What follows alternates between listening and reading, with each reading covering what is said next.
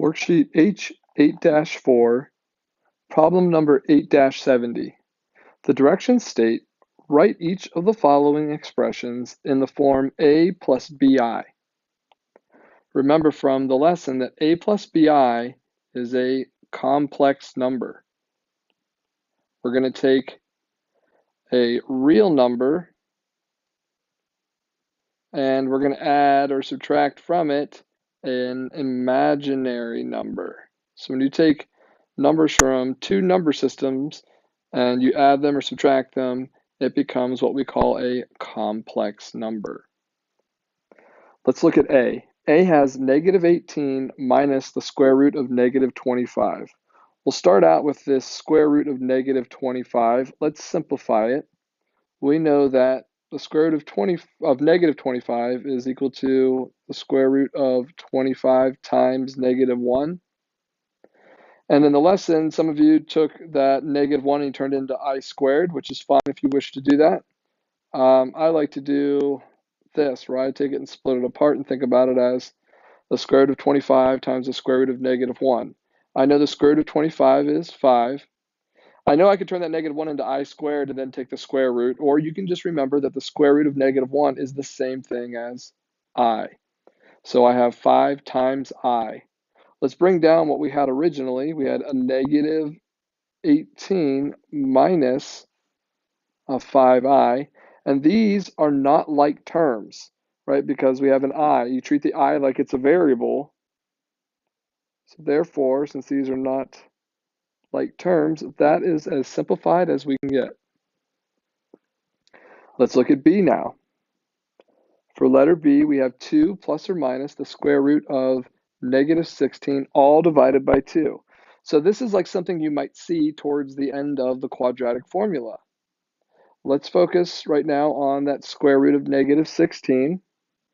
Remember, the square root of negative 16 is just like our square root of negative 25.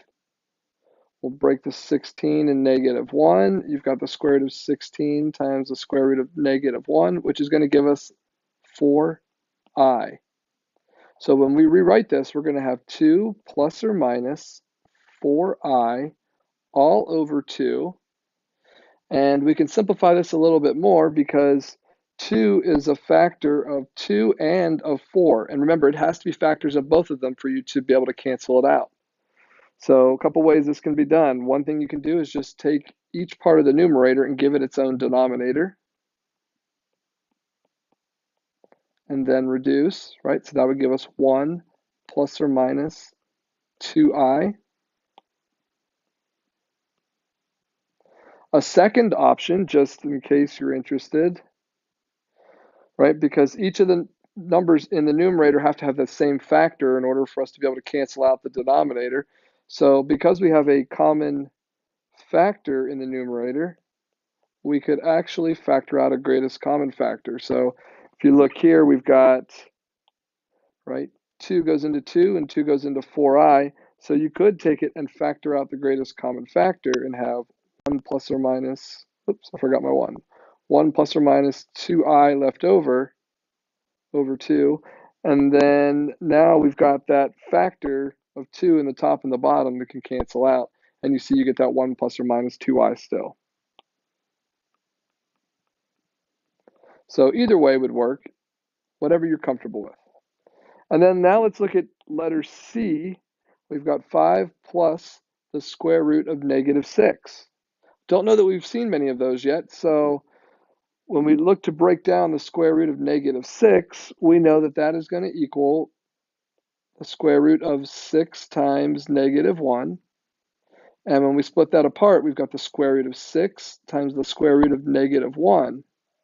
Well, we can't take the square root of 6, right? There is no number or any whole number value that I can multiply times itself and get 6.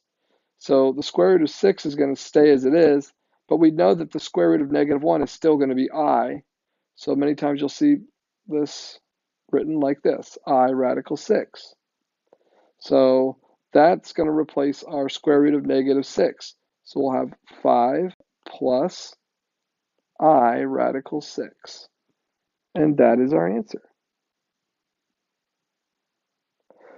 These are the answers for 8-70 from worksheet H8-4. If you have additional questions, please make sure you reach out.